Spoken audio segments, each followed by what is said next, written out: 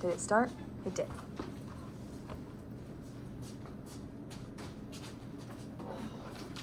Hi, group. Hello. How are you feeling? A little overwhelmed after that class, but I think I'm starting to understand a little bit more of what we're supposed to do. Why did you feel overwhelmed?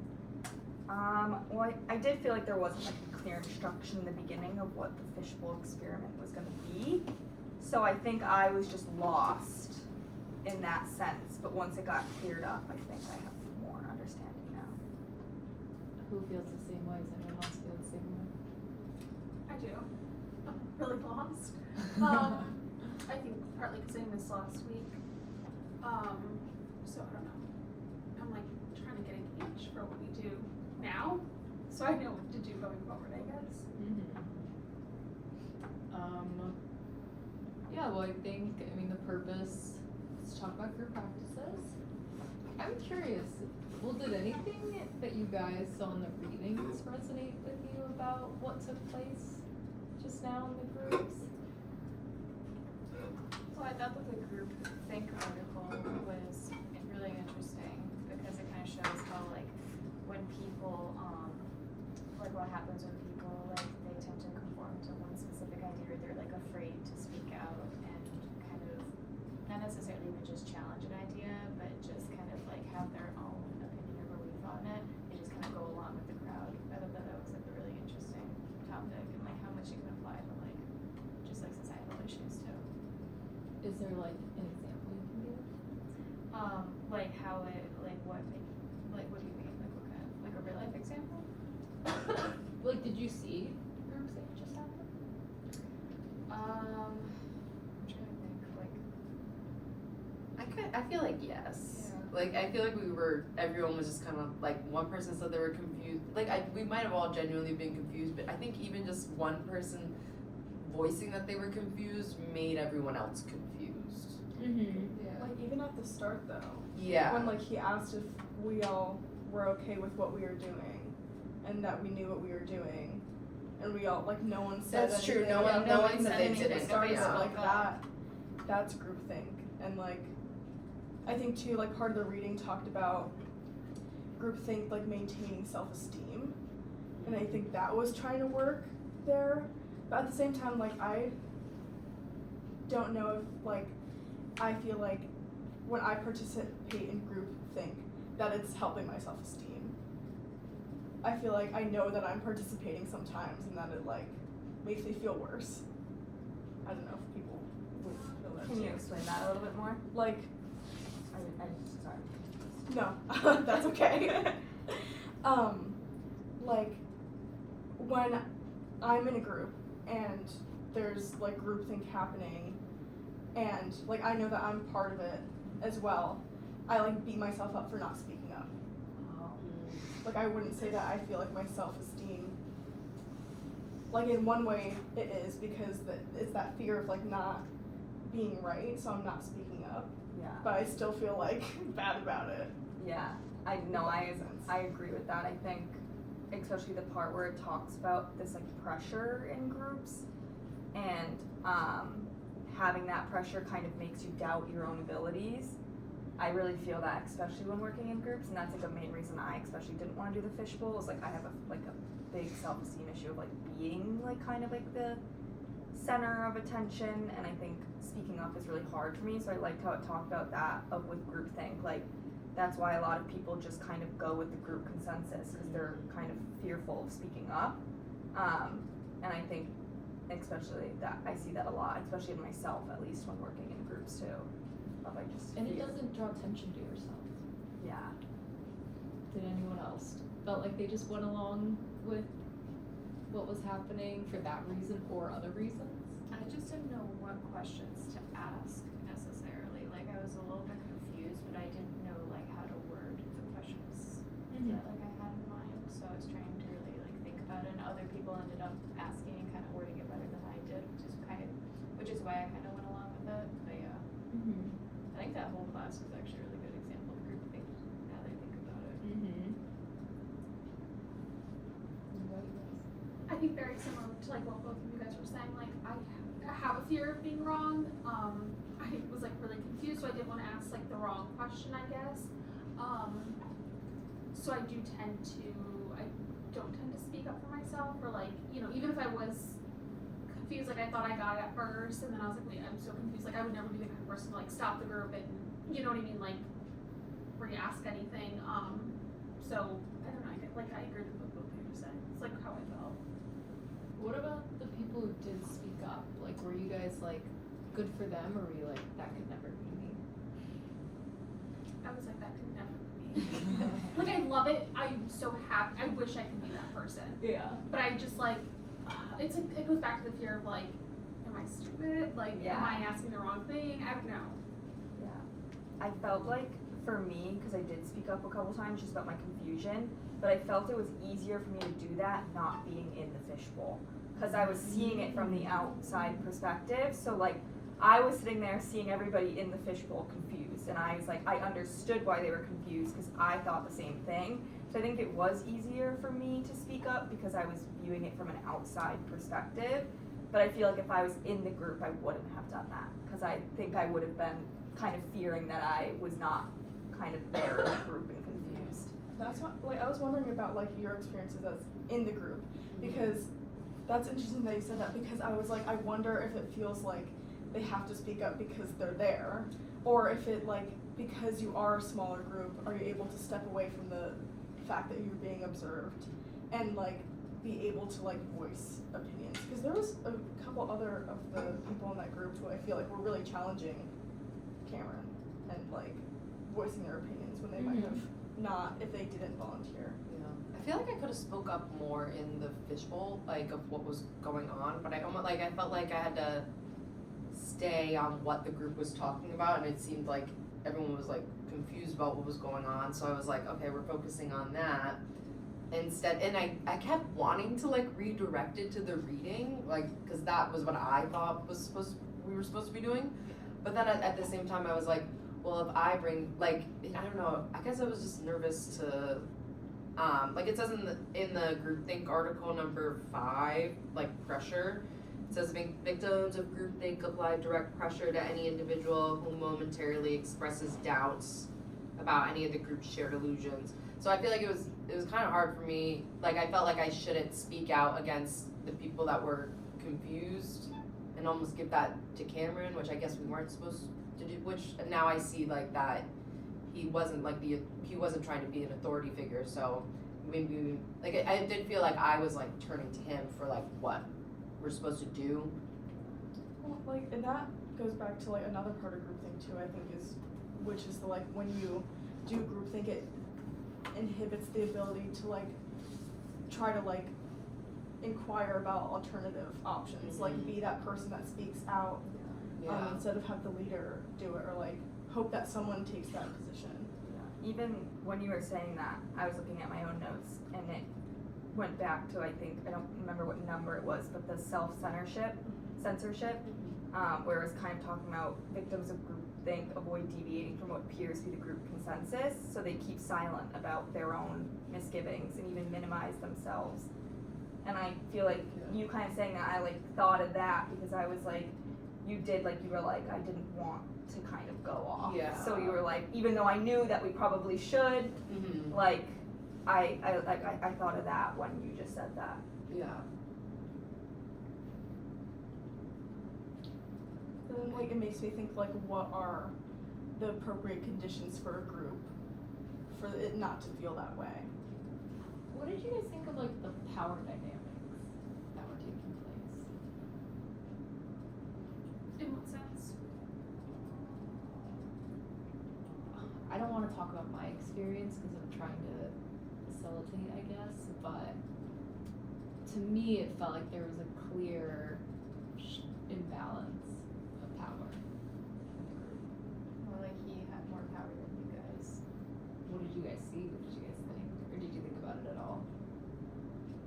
I don't think I thought about it in that moment, but now that you're bringing it up, like I am thinking about it a little bit more. I definitely think him being the facilitator, it felt like he had more power because he was able to, not able, but he like did stop the conversation, which I also kind of felt going back to it. I felt before I knew what we were supposed to be talking about, I did kind of feel like was cutting a good conversation from happening. Mm-hmm. So I did, at first I was like taken back and everything, and I was like, whoa, like I felt like he misused his power in that sense, because I felt like it stopped an important conversation. But then like once we got to the part where he was just trying to kind of facilitate it going back, I think I understood more once it was clear what the instructions were, but in that moment I wasn't clear. So I did feel that kind of power taking over. I think like it was like a power struggle, but in the way of like, as a facilitator, like trying to like give that away, and like I think like with that confusion came like the natural desire to want someone to direct and to be like the leadership position. So I feel like a back and forth kind of like tension was created of like, okay, like we kind of have this vague idea of like what we're supposed to be doing as a group, but I'm not sure, so I keep going to the person who I think will have the answer for me in order to move forward. And the experience too, because he's done this like a million times, so obviously he's gonna have more, not even just power, but just, I guess, kind of, like he's gonna tend to be more the leader in that case. Because he's holding that wisdom that like we don't have it yet, so. I think that's my fear with being the facilitator, is like when it kind of gets quieter, maybe like I fear that I'm not gonna be that person that someone is gonna be able to like turn to kind of look for direction. So I think that also nerve-wracks me. Does anyone else feel nervous about the idea of facilitating? Knowing the right questions to ask is like, I feel like that's a part of life, but like, Fair. you know, like Lexi said, with like experiencing those lulls, like I think that's something that like everyone experiences, but just like thinking what feels right. And Well, most of you guys have more experience with groups. Like you guys work with groups, right? You do. Sort of, yeah. Sort of. I've started to recently, yeah. Do you feel like the stuff you're learning is applicable to what you're doing? Because I felt like in class, what some people were really trying to say was that it didn't feel applicable. I feel like my fear with it is like everything that I've done in group is different than what we're expected to do now. So that's like my first job I did groups, and now at internship I do groups in a middle school. And I just feel like my experience is way different than what is being expected of me, so I'm just totally thrown off. So that's like my fear with being a facilitator, is like I feel like I've never done it before, even though I have. You know what I mean? It depends on like the age group or like what population you're working with too, because I don't know, and I'm not trying to like question what he's saying, but I'm just wondering like, would the stuff that he's saying for us to do, would it work with a bunch of little kids who tend to go off topic, or even for the groups that I don't have necessarily counseling groups, but I just started like a creative writing club with my residents, and I feel like it's much easier for them to go off topic because like a lot of them have mental illnesses, ADHD and stuff. So I don't know necessarily if it would work for them or if it's only really catered to a specific type of client. Yeah, I definitely feel like it could be different for everybody, because like kind of like you were saying, I'm at a middle school too, and I think being a facilitator, like yes, you're supposed to take the step back and then kind of let them go, but like I've noticed it in my groups especially, like I was taught like at my internship to kind of let the groups take the lead in a middle school still too, but like even I notice myself sometimes deviating from that, because especially if they go quiet or they don't really know what to talk about, I feel like I need to take the lead and kind of like show them the ropes.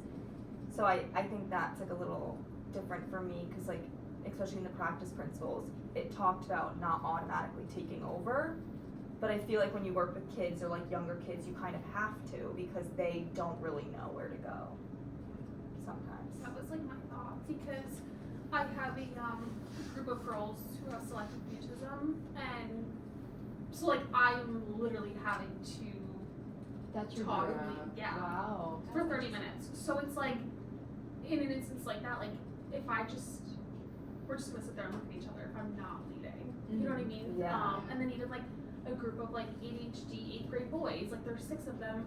If I let them just like do what they want, they're not gonna do what needs to be done. So I was thinking about that. Like, well, he was talking, like, I wonder how it differs from age or diagnosis or whatever. Or would this stuff also work if you were working with, say, like older people in a nursing home? Maybe like some of them, they have like those, like you know those people that have like the cancer survivor groups or whatever. Like, would it work for them? Like, would they also get off topic? Would they care about like or take you seriously as a facilitator or leader, whatever it is? I feel like for me, I'm trying to like distance my experience in this group to my experiences leading groups, because this is so new. Like the way of doing this is so completely different from what I do now. And I feel like there's no way for me to like think about implementing it or like engage in those hypotheticals until like I'm doing it and I'm experiencing it and